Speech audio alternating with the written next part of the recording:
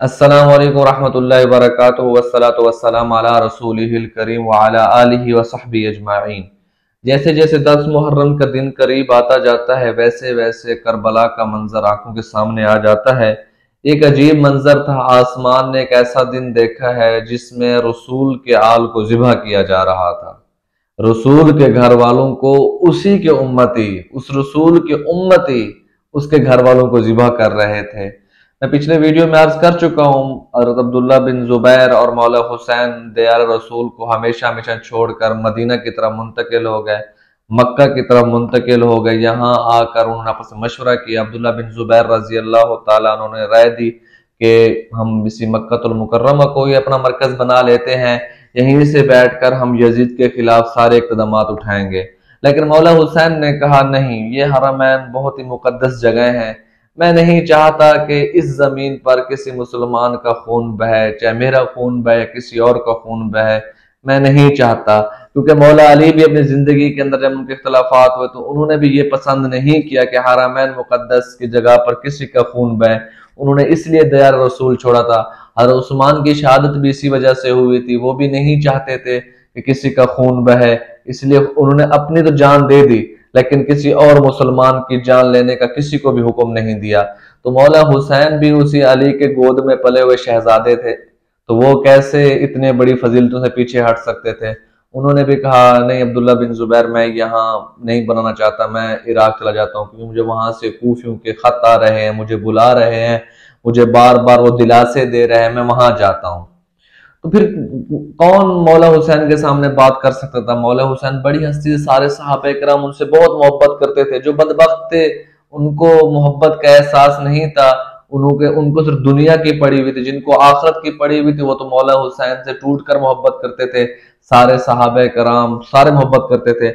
Yazid ऐसा ऐसा सख्ती करता आ रहा था, जो मक्कातुल मुकर्रमा के बाहर लोग थे उन पर सख्ती करके उसने जबरदस्ती बैयत ले ली, सबसे बैयत ले ली। मक्का के अंदर बैयत इसलिए नहीं ले रहा था कि जब मौला हुसैन मदीना से हिजरत करके मक्का पहुंचे उसके 2 माह बाद शवाल का महीना शुरू हो गया। शवाल के अंदर हाजी मक्का पहुंच जाते हैं हज करने के लिए। यजीद ने देखा अगर मैं अब नवासे रसूल पर सख्ती करूंगा तो सारे हाजी मौला हुसैन के साथ देंगे, क्योंकि नवासे रसूल अहले बैत है, अहले बैत, सब मुसलमानों ने तो अहले बैत का साथ देना है, मेरा साथ नहीं देना। तो उसने मक्का की तरफ रुख नहीं किया, बाकी उसने मक्का के बाहर, हिजाज के बाहर जितने भी इलाके थे सब पर उसने जबरदस्ती करके बैयत ले ली।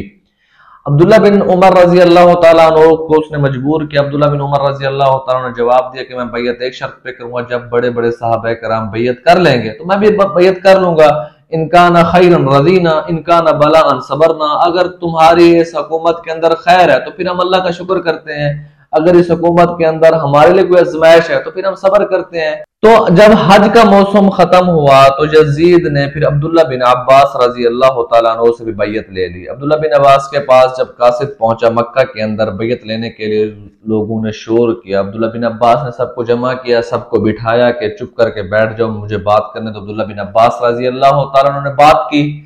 इरशाद फरमाया कि अमीर माविया रजी अल्लाह तआला अन्हु एक सहाबी थे, अल्लाह के रसूल के सहाबी थे।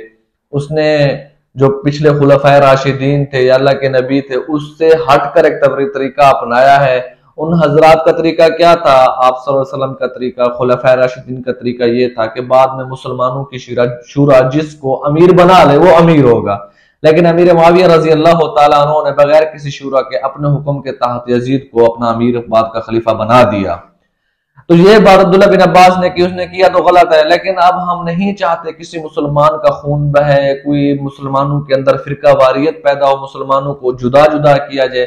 बेहतर यही है कि हम इस यजीद की बैयत कर लें। तो अब्दुल्ला बिन अब्बास ने बैयत कर ली। जब अब्दुल्ला बिन उमर ने देखा कि अब्दुल्ला बिन अब्बास जैसी हस्ती ने बैयत कर ली और बड़े सहाबा किराम ने बैयत कर ली, नुमान बिन बशीर ने बैयत कर ली, तो फिर अब्दुल्ला बिन उमर रजी अल्लाह तआला अन्हु ने बैयत कर ली। लेकिन अब्दुल्ला बिन जुबैर, मौला हुसैन रजी अल्लाह तआला अन्हुमा और इनके जितने भी साथी थे जो इनके साथ थे, उन्होंने बैयत करने से साफ इनकार कर दिया। उन्होंने कहा हम तो बैयत नहीं कर सकते। मौला हुसैन ने भी साफ इनकार कर दिया। मौला हुसैन ने कहा मैं भी बैयत नहीं कर सकता। यजीद की तरफ से अब्दुल्ला बिन अब्बास रजी अल्लाह तआला अन्हु के पास एक खत आया। यजीद ने उस खत में लिखा कि आप हुसैन को समझाइए कि वो मेरे खिलाफ साजिशें ना करे, मेरी बैयत कर ले। तो हज़रत अब्दुल्ला बिन अब्बास ने दोबारा वो खत का जवाब लिखा और जवाब में लिखा कि हुसैन तुम्हारे खिलाफ कोई साजिश नहीं कर रहा, वो आपकी बैयत नहीं करना चाहता, उसकी मर्जी, बाकी वो आपके खिलाफ कोई साजिश नहीं कर रहा। ये असल में हजरत हुसैन का पहले कोई भी ऐसा कोई सोच नहीं थी कि वो जाकर यजीद के खिलाफ जंग करेंगे, ऐसी कोई उनकी सोच नहीं थी। हाँ, उनका इख्तलाफ था यजीद से। हमारा इख्तलाफ यजीद से क्यों है? वो कातिल हुसैन है, उसने नवासे रसूल सल्लल्लाहु अलैहि वसल्लम को कत्ल किया है, उसने बहुत बड़ा गुनाह किया है, जुर्म किया है। हमारा इख्तलाफ यजीद से ये है। मौला हुसैन का इख्तलाफ ये थोड़ी था। मौला हुसैन का इख्तलाफ ये था कि ये जो अमीर है ये फासिद है, ये शूरा के बगैर अमीर बना बैठा है, ये गुनाहगार अमीर है, ये मुसलमानों का अमीर नहीं बन सकता, खलीफा नहीं बन सकता। मौला हुसैन का ये इख्तलाफ था। हम इख्तलाफ यजीद से करते हैं, वो कातिल हुसैन है, उसने हुसैन को शहीद किया है, हम इसलिए इससे इख्तलाफ करते हैं। लेकिन हम मौला हुसैन की दलील को छोड़ देते हैं, अपनी दलील पे जोर देते हैं। मौला हुसैन की दलील को भी देखना चाहिए, हमें मौला हुसैन की दलील को भी समझना चाहिए। मौला हुसैन जो जंग कर रहे हैं, खिलाफ जा रहे हैं यजीद के, को यजीद एक गुनाहगार शख्स है, अल्लाह का गुनाहगार है, नाफरमान शख्स है, रसूलुल्लाह सल्लल्लाहु अलैहि वसल्लम ने जो हदूद कायम किए उनके खिलाफ जिंदगी गुजारता है। हम क्या करते हैं? हम जिंदगी तो अल्लाह और उसके रसूल के खिलाफ गुजारते हैं, लेकिन नारा क्या लगाते हैं कि हम हुसैनी हैं। हम हुसैन की दलील तो छोड़ देते हैं, अपनी दलील को अहमियत देते हैं। हम मौला हुसैन की दलील क्या है कि एक फासिक आदमी के खिलाफ जंग करने जा रहे हैं, उसके फिस्क फजूर की वजह से। हम मौला हुसैन की दलील को भी छोड़ देते हैं और फिस्क फजूर को भी अपनाकर जिंदगी में रखते हैं, और नारा क्या लगाते हैं कि हम हुसैनी हैं, हमें हुसैन का गम है। और हुसैन का गम तो ये था कि ये बंदा अल्लाह का नाफरमान है, मैं इसलिए इसको रोकने जा रहा हूं। तो हम क्या अल्लाह की नाफरमानी से रुक रहे हैं? चलें, एक अलग बात है। मौला हुसैन के पास बार बार खत आ रहे थे इराक की तरफ से कि आप आ जाओ आ जाओ आ जाओ। मौला हुसैन नहीं जा रहे थे, सब्र कर रहे थे।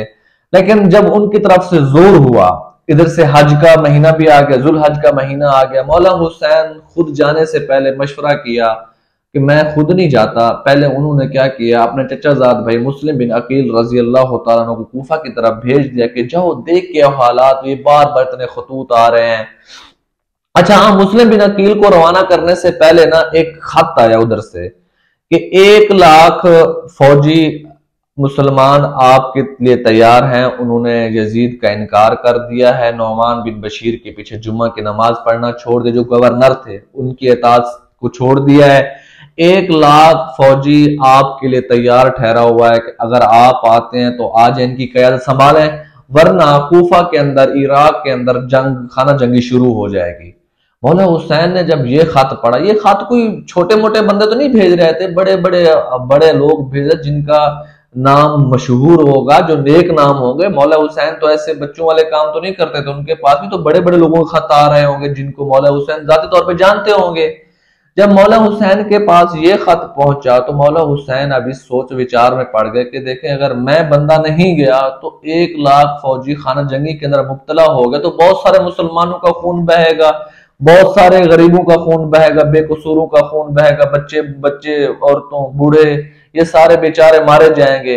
तो मौला हुसैन को जब ये खत पहुंचा तो मौला हुसैन इसके अंदर बड़े मुस्तरब हो गए। इस खत के अंदर पहले मौला हुसैन के जाने का कोई इरादा नहीं था। जितने भी खत आ रहे थे मौला हुसैन को पता था ये मेरे बाप को धोखा दे चुके हैं, मेरे भाई को धोखा दे चुके हैं, मुझे भी धोखा देंगे। मौला हुसैन कूफियों के हर एक राज से वाकिफ थे, उनके हर एक कदम से वाकिफ थे। लेकिन जब ये खत पहुंचे तो मौला हुसैन परेशान हो गए। उन्होंने फौरन मुस्लिम बिन अकील को रवाना किया कि जाओ वहां के हालात देखो और मुझे बताओ। मुस्लिम बिन अकील रजी अल्लाह तआला अन्हु इराक पहुंच गए। वहां हानी बिन उरवा रजी अल्लाह तआला अन्हु के मेहमान हुए, वो उनके मेजबान थे, उनका बड़ा ख्याल रखा। हजारों किस्म के लोग आने लग गए, मुस्लिम बिन अकील के हाथ पे बैयत करने लगे, बैठकर मशवरा करने लगे कि आप मौला हुसैन को बुलाएं, हम तो आपके साथ तैयार हैं, हम तो नुमान बिन बशीर को यहाँ से निकालते हैं, चलते हैं यजीद के खिलाफ, हम शोरश करते हैं, उनके खिलाफ जंग करते हैं, आप हुसैन, मौला हुसैन को बुलाइए। तो मुस्लिम बिन अकील ने जब देखा कि 12,000 बंदों ने मेरे हाथ पे बैयत कर लिया है और सारे लोग मेरे साथ दे रहे हैं, उन्होंने खत तहरीर किया। उन्होंने मौला हुसैन को खत लिखा कि आप बेफिक्र हो के इराक की तरफ आ जाएं, कोई मसला नहीं है, सारा मामला ठंडा है। लोगों ने नोमान बिन बशीर को छोड़ दिया है, सब आपके मुंतजिर हैं। 12,000 लोगों ने मेरे हाथ पे बैयत कर लिया है, सब आपके राह देख रहे हैं, आप तशरीफ ले आए। जैसे ही ये मुस्लिम बिन अकील ने खत रवाना किया, खत पहुंचने को 7-8 दिन तो लग जाते हैं, खत रवाना किया, यजीद को ये सारी खबर पहुंच गई कि मुस्लिम बिन अकील यहाँ पहुंच चुका है। यजीद को खबर पहुंचने से पहले जो कूफा के अंदर रहने वाले लोग थे, जो मौला हुसैन के खिलाफ लोग थे, उन्होंने कूफा के गवर्नर को कहा कि मुस्लिम बिन अकील यहाँ बैयत ले रहा है, यहाँ हुसैन की फौज को जमा कर रहे हैं, आप इसके खिलाफ इकदाम क्यों नहीं उठाते। तो वो डर रहे थे। उन्होंने कहा कि मैं ऐसे थोड़ी उठा सकता हूँ, मैं अपनी कुर्सी छोड़ सकता हूँ, अपनी इज्जत को दांव पे लगा सकता हूँ, लेकिन अपनी आखिरत खराब नहीं कर सकता। अहले बैत के खिलाफ मैं ऐसा कोई कदम नहीं उठा सकता जो मेरे आखिरत को खराब कर दे। तो जब उन्होंने देखा कि नौमान बिन बशीर हमारी बात नहीं मान रहा, तो कूफा के लोगों ने क्या किया, जो 2-4 उनके जो सरदार थे जो मौला हुसैन के खिलाफ थे, उन्होंने खत लिखा यजीद की तरफ सीधा। जब यजीद को खत पहुंचा, उधर से मुस्लिम बिन अकील रजी अल्लाह तआला ने मौला हुसैन को भी खत लेकर भेज दिया कि आप आ जाए। इधर के लोगों ने यजीद को भी बता दिया कि यहाँ इस तरह के मामलात हो रहे हैं। उधर से खत जाके मौला हुसैन को पहुंचा, इधर से खत जाके यजीद को पहुंचा। जब यजीद को खत पहुंचा तो यजीद को गुस्सा आया, उसने सीधा बसरा की तरफ खत लिखा। बसरा में उबैदुल्लाह बिन जियाद गवर्नर था। उसको खत लिखने के बाद उसको लिखकर भेजा कि तुम फौरन कूफा जाओ, मैं नौमान बिन बशीर को माजूल करता हूं, तुम जाके कूफा का चार्ज संभालो, ये बसरा और कूफा दोनों के गवर्नर तुम हो। जो वहां मुस्लिम बिन अकील आया हुआ है, मुस्लिम बिन अकील के साथ जो मामला करना उसे पकड़ो, अगर मेरे खिलाफ साजिशें कर रहा है उसको गिरफ्तार करो। और मरवान बिन हकम ने भी उबैदुल्लाह बिन जियाद को खत लिखा कि मुस्लिम बिन अकील आया हुआ है, जाकर उसको पकड़ो। और साथ में ये लिख दिया, ये मेरी तरफ से एक मशवरा है, कोई हुक्मनामा जारी नहीं कर रहा, वो अहले बैत में से जरा ख्याल से मामला करना, बाकी मशवरा दे रहा हूं। अगर वो चाहता तो हुक्म दे सकता था, लेकिन उस मरवान बिन हकम ने भी हुक्म नहीं दिया, सिर्फ एक मशवरा दिया। लेकिन उबैदुल्लाह बिन जियाद एक जालिम सफ़ाक किस्म का आदमी था, वो एक फौजी सोच रखने वाला जर्नैल किस्म का आदमी है। जो जो जर्नैल फौजी वैसे भी कहते हैं पागल होते हैं, इस तरह का पागल किस्म का आदमी जिसको रिश्तों का कोई एहतराम नहीं था, जिसको अहले बैत का कोई एहतराम नहीं था, वो किसी मुर्दा जमीर किस्म का आदमी था। तो उबैदुल्लाह बिन जियाद कूफा पहुंच गया।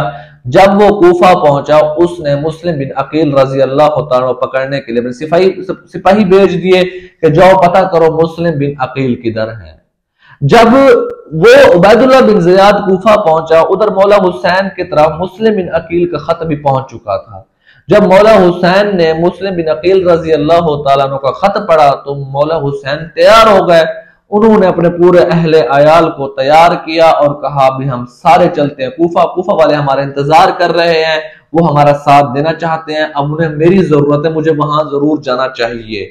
जब ये बात उन्होंने जाकर अब्दुल्ला बिन अब्बास रजी अल्लाह तआला सामने जाके पेश की कि मैं कूफा जा रहा हूं, अपने पूरे घर वालों को लेकर जा रहा हूं। अब्दुल्ला बिन अब्बास ने कहा बेटा तुम क्या कर रहे हो, बैठो, तुम ये ऐसे कैसे कर सकते हो, तुम्हें नहीं पता उन कूफियों ने आपके बाप को कत्ल किया, तुम्हें नहीं पता उन्हीं कूफियों ने तुम्हारे भाई का साथ नहीं दिया, कि तुम्हें नहीं पता कि तुम फिर भी जाना चाहते हो।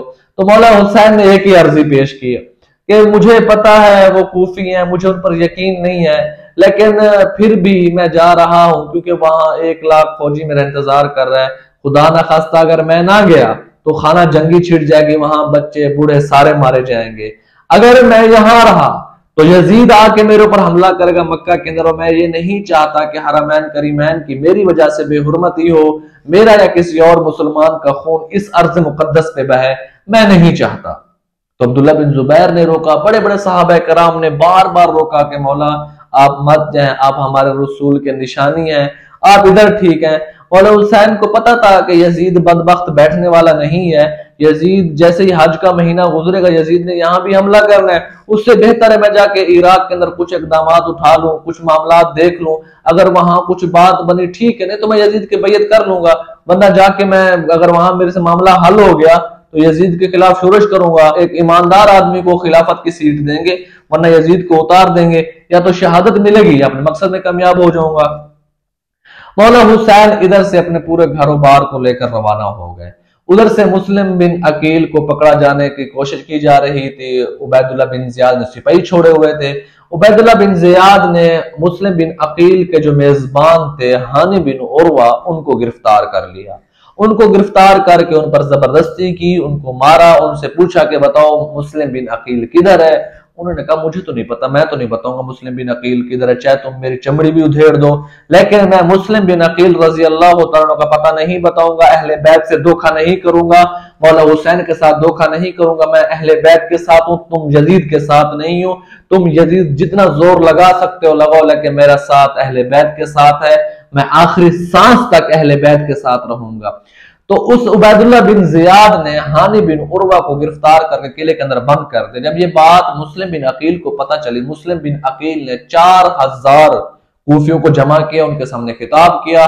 उन सब ने कहा कि चलो भी तलवारें निकालो, जबरदस्ती उबैदुल्लाह बिन जियाद के किले पर हमला करते हैं, जबरदस्ती जाके हानी बिन उर्वा को छुड़वा लाते हैं। मुस्लिम बिन अकील रजी अल्लाह तआला का ठीक है, जब तुम मेरे साथ हो, 4000 बंदूक का लश्कर है, तो आगे हम इंशाल्लाह कर ही लेंगे, अब देखते हैं क्या होता है। मुस्लिम बिन अकील रवाना हुए, पीछे 4000 का लश्कर, थोड़ा चले, आधा किलोमीटर थोड़े चले तो कूफी अपने हकीकत पर उतर है, अपनी बेवफाई पर उतर है।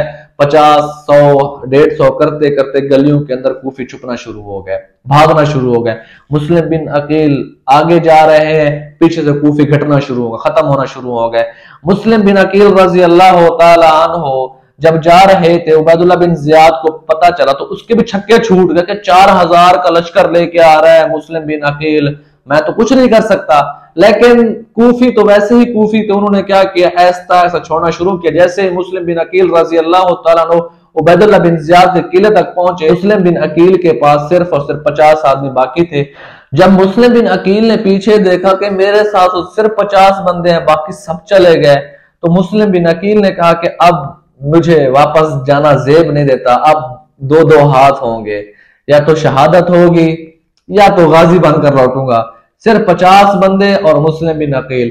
उबैदुल्लाह बिन जियाद के पास अब तो काफी फौज थी, उस टाइम 4000 के मुकाबले में कम थी, लेकिन 50 के मुकाबले में ज्यादा थी। उबैदुल्लाह बिन जियाद ने उन 50 को गिरफ्तार करवा लिया।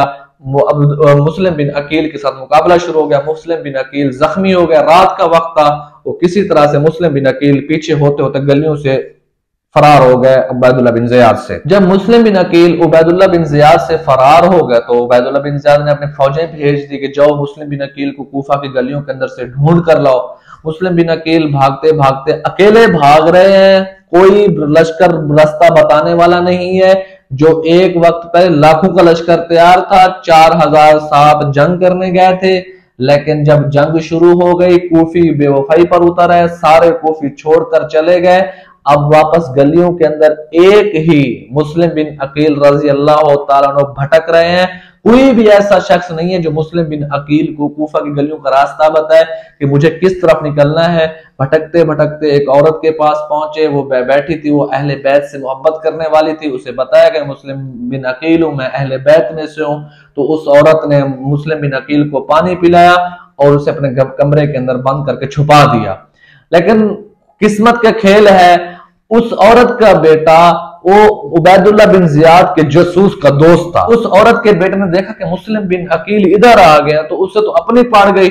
उसने फौरन जाकर उबैदुल्लाह बिन जियाद के जासूस को बताया और उबैदुल्लाह बिन जियाद का जासूस और फौरन उबैदुल्लाह बिन जियाद के पास पहुंचा। उबैदुल्लाह बिन जियाद फौजें लेकर अब आ गया और मुस्लिम बिन अकील रजी अल्लाह तआला अन्हु को गिरफ्तार किया गया।